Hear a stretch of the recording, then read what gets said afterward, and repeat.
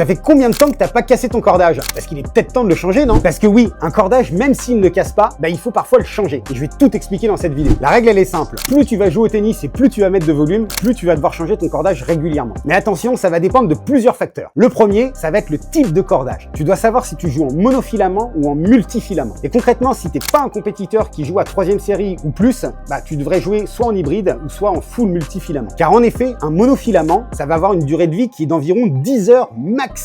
Et si t'es pas en mesure de le casser en 10 heures ou moins, il faut mettre un coup de ciseau dedans et venir le changer. Sinon, tu vas te blesser. À l'inverse, si tu joues en multifilament, tu vas pouvoir jouer jusqu'à ce qu'il casse. Néanmoins, si tu joues trop longtemps avec ton multifilament et qu'il y a trop de changements de température et de pression, il risque de se détendre de trop. Et là, tes cordes, elles vont bouger énormément et tu vas devoir les remettre entre chaque point, ce qui est désagréable. Et là, il vaut mieux le changer. Et la raison derrière ce changement de cordage, elle est très simple. En fait, c'est que le cordage, il se détend avec le temps et quand il se détend, il se met à vibrer beaucoup plus. Et ta raquette, elle est plus en mesure d'absorber les vibrations du cordage et c'est ton bras qui mange tout. Et c'est comme ça qu'on se blesse. Donc garde à l'esprit que si tu es un joueur non classé, 4e série, début de 3e série, tu es mieux à jouer en multifilament jusqu'à la casse. Ça te coûtera moins cher que de changer un monofilament toutes les 5 à 10 heures de jeu. Et pour les gros compétiteurs qui sont obligés de passer en mono parce qu'ils cassent trop vite leur multifilament, garde à l'esprit que c'est entre 5 à 10 heures de jeu max. Et même pour certains cordages comme l'Alu Power, moi je trouve qu'au bout de 3 heures, il a déjà perdu toute sa tension. Donc si toi aussi tu as besoin de faire recorder ta raquette ou que tu as des questions sur ton cordage, n'hésite pas à contacter nos experts au 70 rue de Provence à Paris dans le 9e ou sur notre site good.fr.